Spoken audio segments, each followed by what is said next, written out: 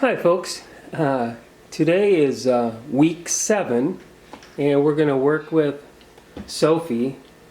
This who we're looking at right now though, however, is Everest. Got the DNA back and of course Everest is a boy. Oh, I thought I would get another girl. I was not so fortunate. I like having girls. I had 4 daughters and 1 boy, so I'm used to a household of girls. I love girls. And I'm going to just show you, let's see, today, last week I told you about how I built the, is this in the, no. How I built my little brooders. And so you can see, you see in the top here, basically what I've done is I've cannibalized an Archon King Suro. Like, this is what I use for my hatcher. This is my incubator. This is an incubator also, but it's the kind that tilts back and forth. And I really like the circular type of model of egg turners instead of just tilting.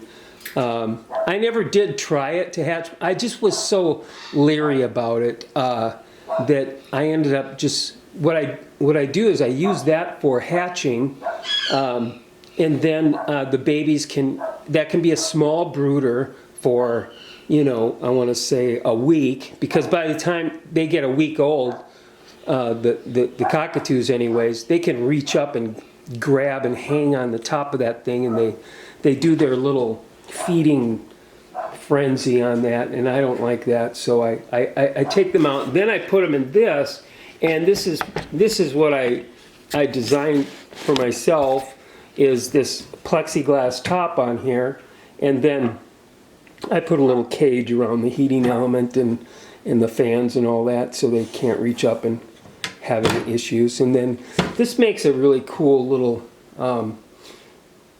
little brooder, because basically it's easier to keep the temperature and humidity, and because these are really nice units, I love how they have the temperature on this side, humidity on this side, and then also you get a pump that regulates the humidity. So it not just measures it, it is actually able to pump the humidity in there. And so, well, I'm getting a camera battery warning. That's too bad. Should I start over? Maybe so. Maybe not. I don't know. I don't really feel that good today. But Sophie is moved into her new bin. So she's got her toys, she's got a perch, and she's got a spot here in the front where we start to put the food bowls, and usually I'll put 2 bowls. She just moved in here today, so she's not going to touch that food for another week or 2 probably, and so I'm not really that worried about that. But I usually have 2 bowls, one for fresh food, one for the pellets and seed mix. And a lot of times they'll play with the pellets because they have some color to them. And Sophie is just getting into her bin today, and she still cuddles up with her little toys over there. And I'm gonna feed her right now, and I got a new container for her feeder here too. We're gonna put her in this little thing, and you can see now. See, she's kind of progressing now. So now we're going to get away from the bowls, and I'm just going to use this, which is actually just to transport for feeding. And then it also, when she gets in a couple of weeks, or we'll be able to watch this as we're kind of chronicling this on video.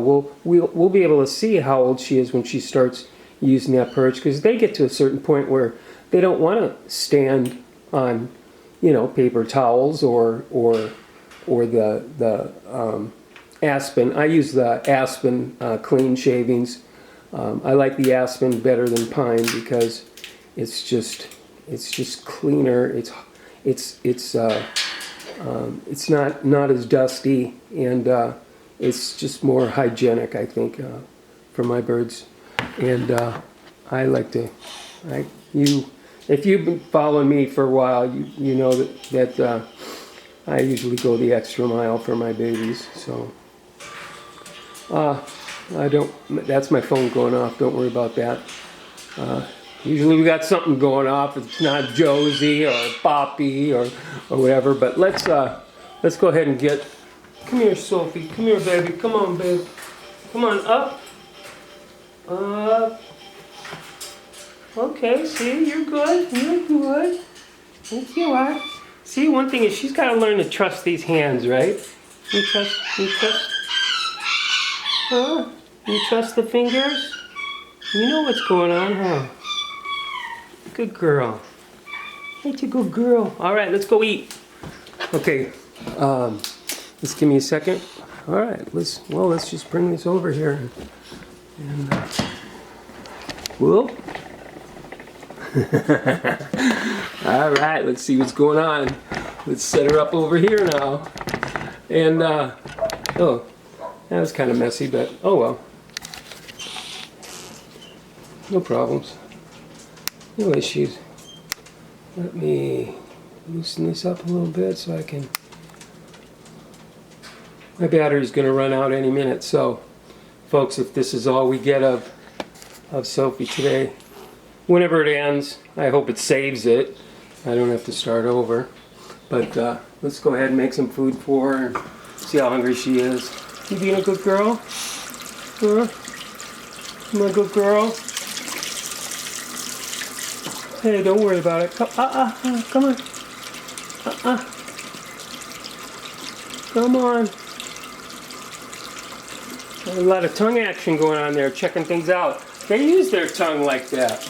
It's kind of interesting. They, just like a baby, they put it, everything's got to go in the mouth, you know, to test it out. And, I mean, at this point, you know, with Sophie, it's just like, everything's new to her. She's just a baby, so, you know, she did weigh in today at about 560 some grams, 566 she was, so that's definitely a fully weighted youngster.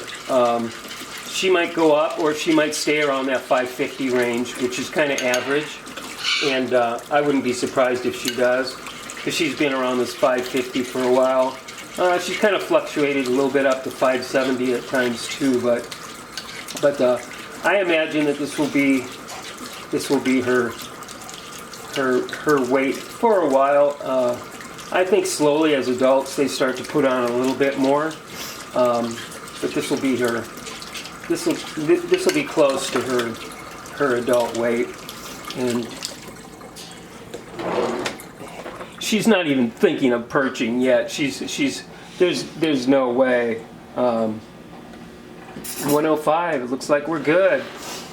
It looks like we're good.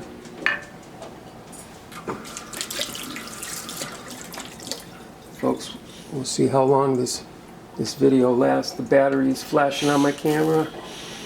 And come here, my baby. You hungry, girl? Huh? You hungry? Come on, come on. You hungry? Come on. Here we go. Come on.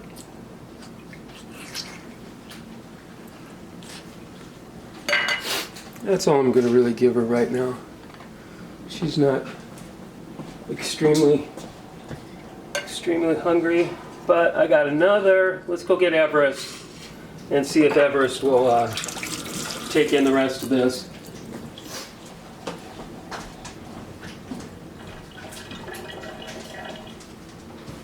Come on, baby. Come on, boy. Come on, my boy. Come on, my boy. Come here, come here. Let me wipe your face. Come here, we gotta wipe your face. Come here. There we go.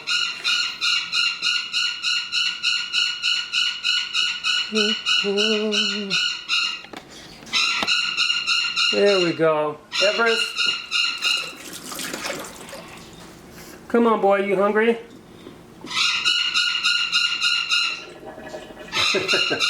Here we go. Okay, let's get you. You know what's going to happen now, right? Usually when you touch this area, that's kind of stimulates the feeding response. When you touch this area back here of the beaks, it's kind of interesting. Come on, babe. There we go. Oh, okay, well now he knows for sure we got something going on here.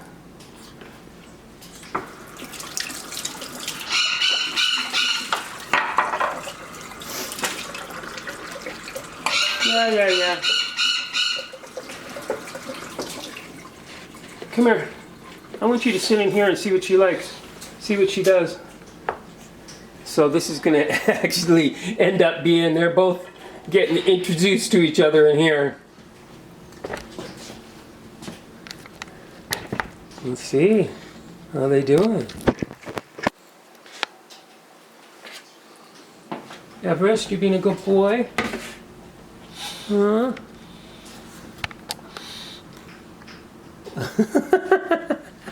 What's the matter, baby?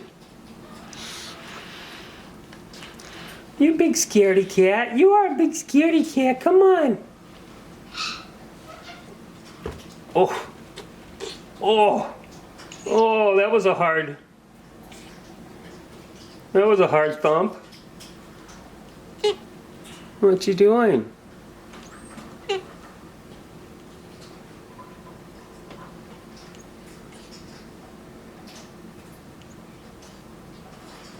Okay. Pretty calm, mid-afternoon.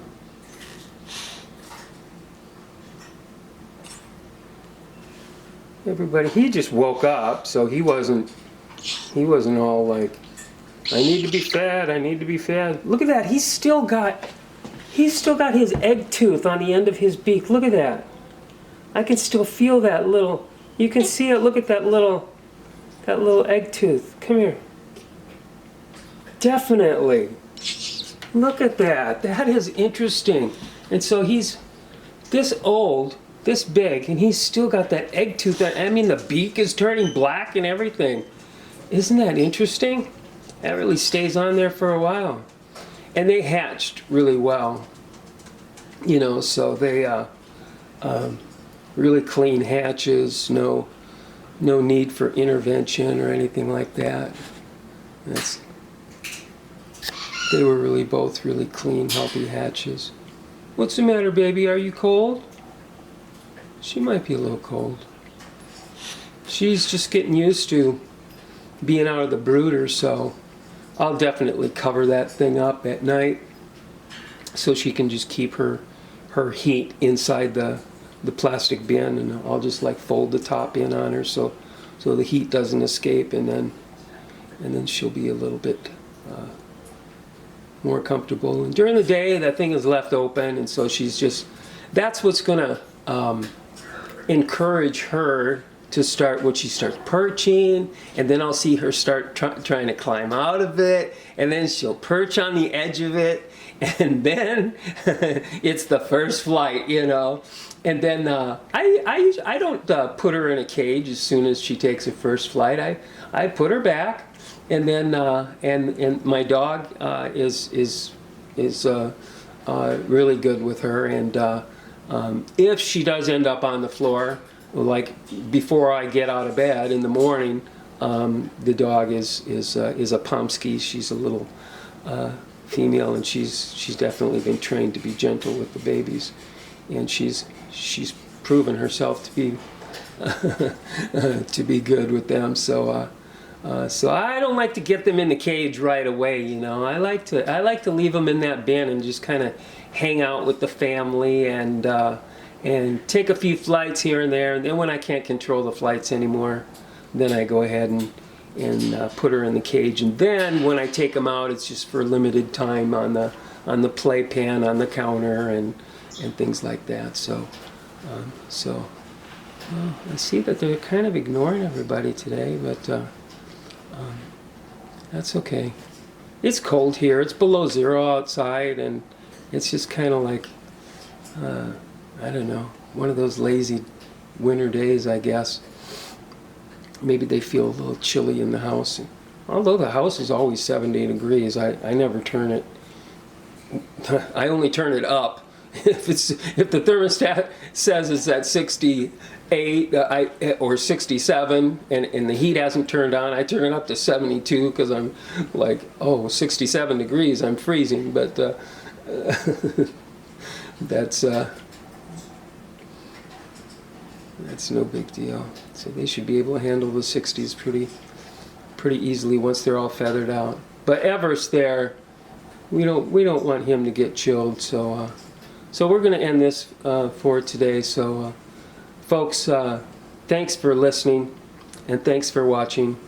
And if you want to, really I do these videos for the people that are going to eventually have one of these babies in their home. And if you do want to contact me about a baby, do it via my website. I really don't answer things on YouTube and and all the comments and all that stuff that comes in. I really don't pay too much attention to that stuff. So and I don't want to be answering. That's not the vehicle to really talk about any kind of relationship with the birds. So contact me via the website, which I always post on the videos, and atleaviary.com. And there's a contact me for information. And then I run my ads on Birds Now and birdbreeders.com. And that's where I usually run my ads. So these videos are for you to see the babies, get to know them a little bit, and kind of fall in love with them, and kind of know what you're getting, and see how I do things in my home. And that's really what it's all. It's really just a courtesy for those people, and and there's thousands of other people that are just curious about babies, and they just want to see it, and it's for you too, and it's for me. It's kind of a benefit to record and chronicle this stuff and keep a record of it, and I can go back and see how things have progressed with the babies and everything like that. So thanks for listening, thanks for watching, and we'll see you next week.